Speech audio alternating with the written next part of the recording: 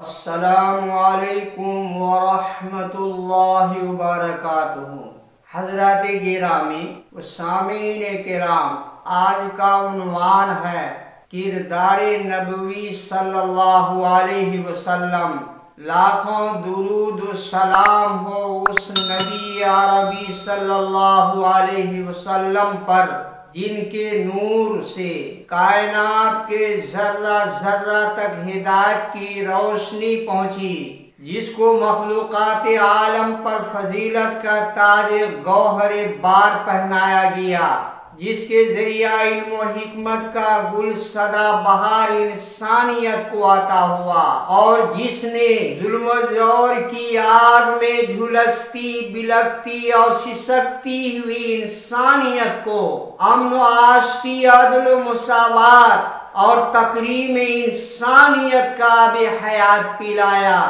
رسول اللہ صلی اللہ علیہ وسلم کی سیرت دراصل تمام انسانوں کے لیے روشنی کا بلند اور عظیم الشان مینارہ ہے، جس کے ذریعہ عزت سرفرازی کے وسیع میدان میں پہنچ سکتے ہیں اور ایک کشادہ شاہراہ پر گامزن ہو سکتے ہیں۔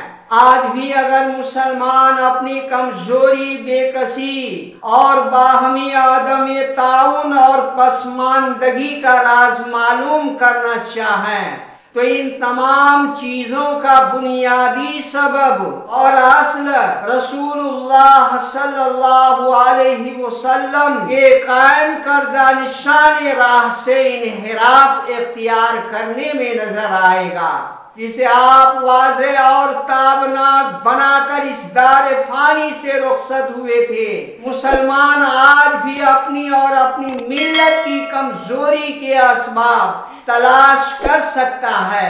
وہ اگر بنظر غیر اس کا جائزہ لے تو اس کو یہ کمزوریاں اپنے کردار، اپنی سیرت اور اپنے طرز زندگی میں مخصوص طور پر نظر آئے گی، جو اس کے نزدیک پسندیدہ اور محبوب ہیں، اس کو اصل الاصول کی حیثیت سے اپنائے ہوئے ہیں۔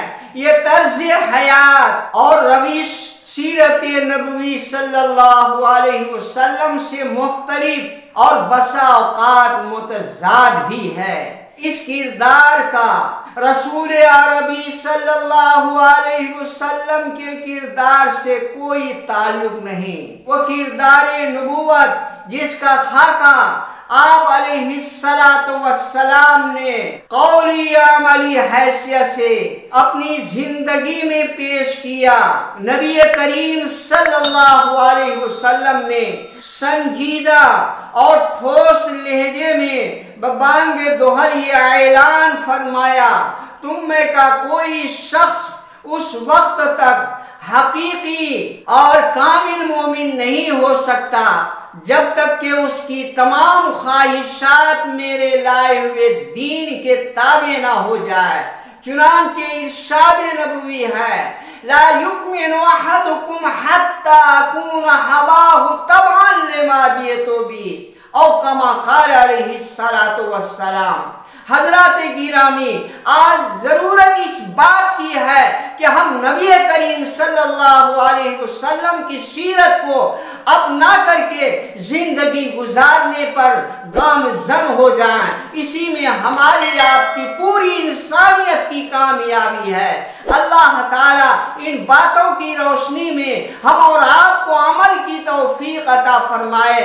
وما علینا الا البلاغ۔